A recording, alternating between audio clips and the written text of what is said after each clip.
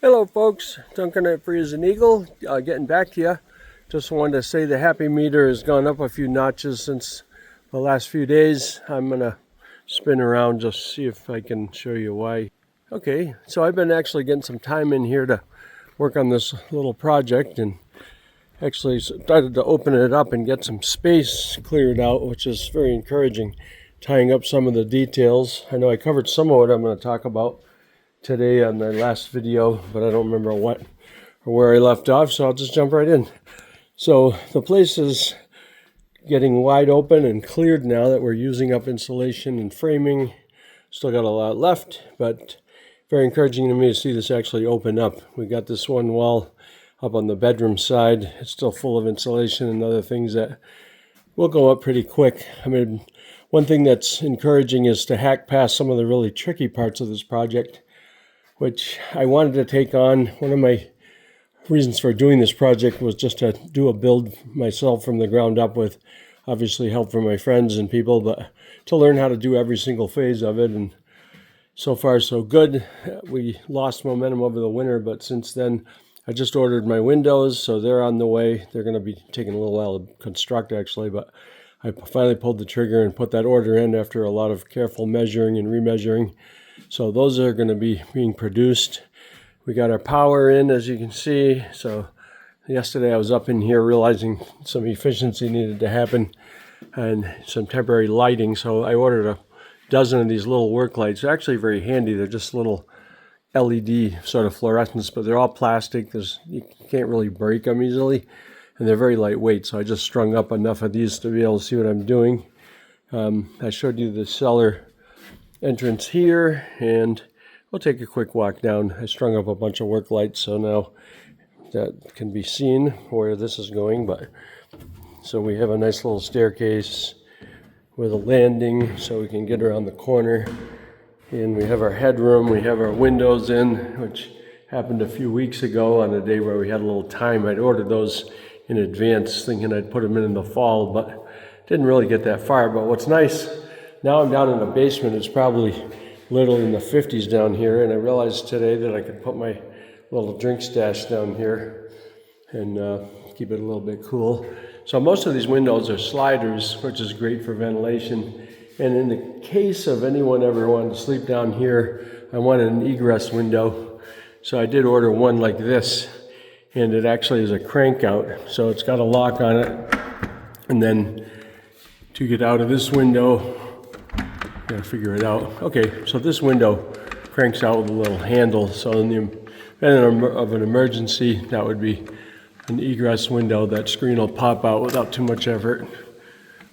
So I have to leave instructions so a person wouldn't waste any time if they needed to exit through here, but kind of nice to have one that I can use that way or pass materials through. And at some point I'm going to build a platform. I have this landing over here, and based on the size of the bedroom above, I couldn't move this over to land near the window, or that would have been rather convenient. But what I probably will do is build a little platform under it, at least some kind of little ladder to allow access to happen.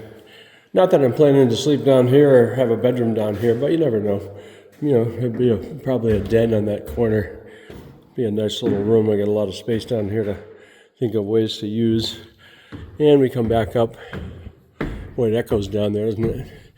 So I have a whole lot of wood here I've been cutting and prepping. This is all wood that's going to be either painted or stained. We're going to have more. We're actually going to use green, a nice color of green that's similar to what you see over here. This is a piece of metal for the porch roof when the porch is done. We thought ahead enough to make metal to cap each roof. The upper ones are all done on the outside, and you can see upstairs we did get a good bit of insulating done. There's a ways to go, but we've got a lot done with it. This morning I actually took out my little triangle window up over the little peak, and I put in screening over the hole because it was starting to get a bit warm, and now we're supposed to be getting 90s next couple of days, and that'll get uncomfortable. Even up here it'll get uncomfortable. So anyway, the thing I really wanted to talk about was very relieving to me to get this stove situation almost completely situated, and that had become a real monster as a project because we had to fabricate that transition box going through the roof. that we had to fabricate something on the up end that was a triple-walled metal Bestis pipe system, which we built. And many hours and a lot of thought went into those two. And today and yesterday, I just began to link the connecting pieces. And now the stove, I've got to make a 12-inch piece just to bridge that little bitty gap there. And then the nice thing will be that will be connected together. However, what's required on a wood stove, besides all this plumbing, is a little hearth.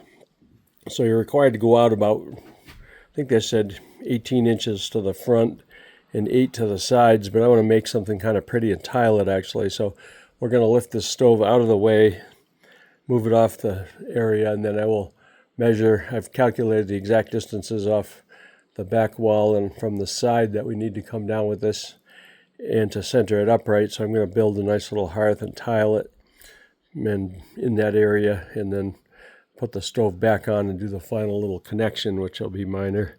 That's exciting. And what's good about that is I was actually able to take down this staging over here I'd had up for months. I've had staging in the way of progress, although it's helpful, it's also in the way.